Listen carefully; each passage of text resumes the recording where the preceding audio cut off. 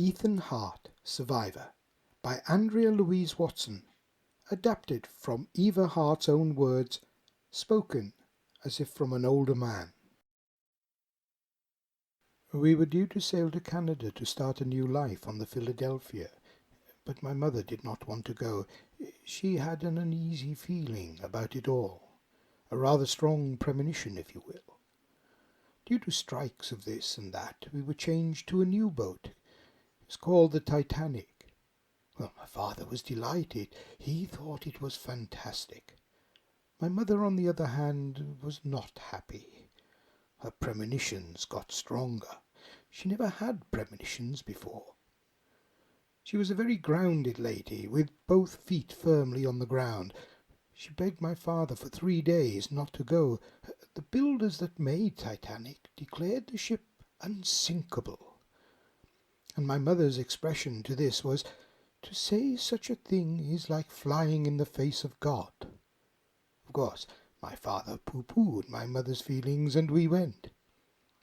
On the morning of the departure, as we walked on the gangway, she took my father's arm and said, "Look, I will ask you one last time, please, let's not go on this ship." And my father said, "No, we are going." And that was that. He was in awe of such a big and famous ship. I was only 7, so it didn't mean anything to me.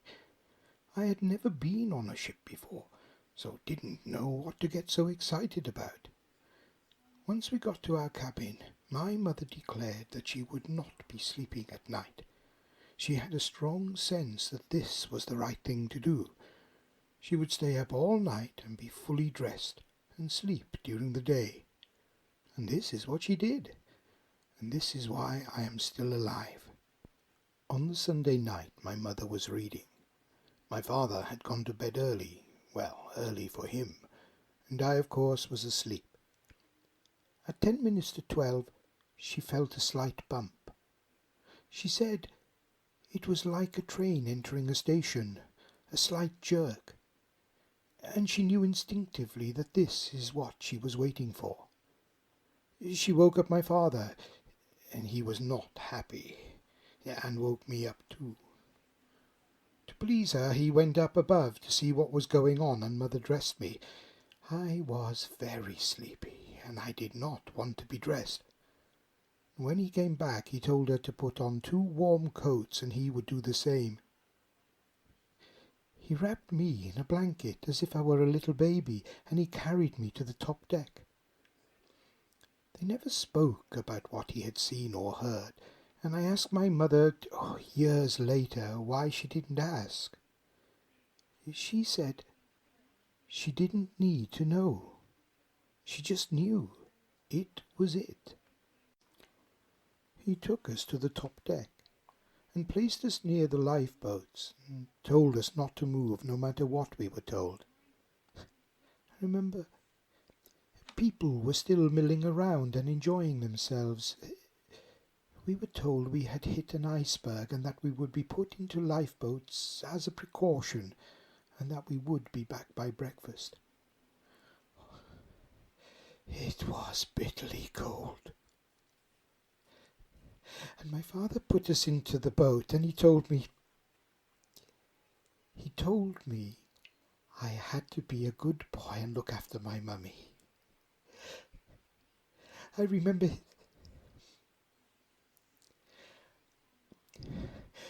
remember his face as I looked up at him as the lifeboat was lowered into the darkness. See, that was the last time I saw my father. There was no panic, as no one thought the ship would sink, and we rowed away quite quickly and quite far away. When it became clear that the ship was sinking, we could hear people running around and panicking. You can imagine people came up from their cabins and the lifeboats had gone, and they ran to the other side and they had gone. It's panic galore, and we could hear them from the ocean.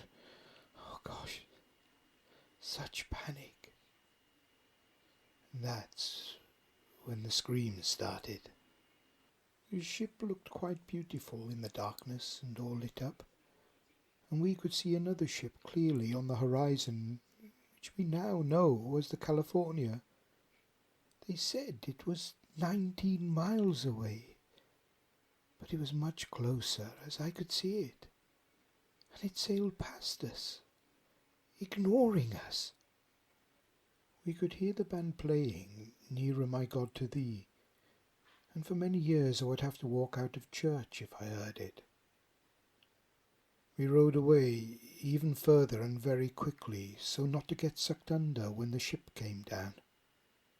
I didn't close my eyes, not once. I watched the ship sink. The most awful sound you would ever hear is the sound of people drowning. The screams. Oh, it was absolutely ghastly. My mother used to say, "Can you remember the silence that followed it?" And she was quite right. Silence was worse. Now the ship had gone, and the lights had gone, and the silence and that darkness. And I was only 7, knowing my father was on that ship. Now all these years later, the interest in her is profound, as no one should have lost their lives. It was a calm night. We were there for 2 hours, and if there had been lifeboats, we would have all survived. And one life is worth more than one ship, surely.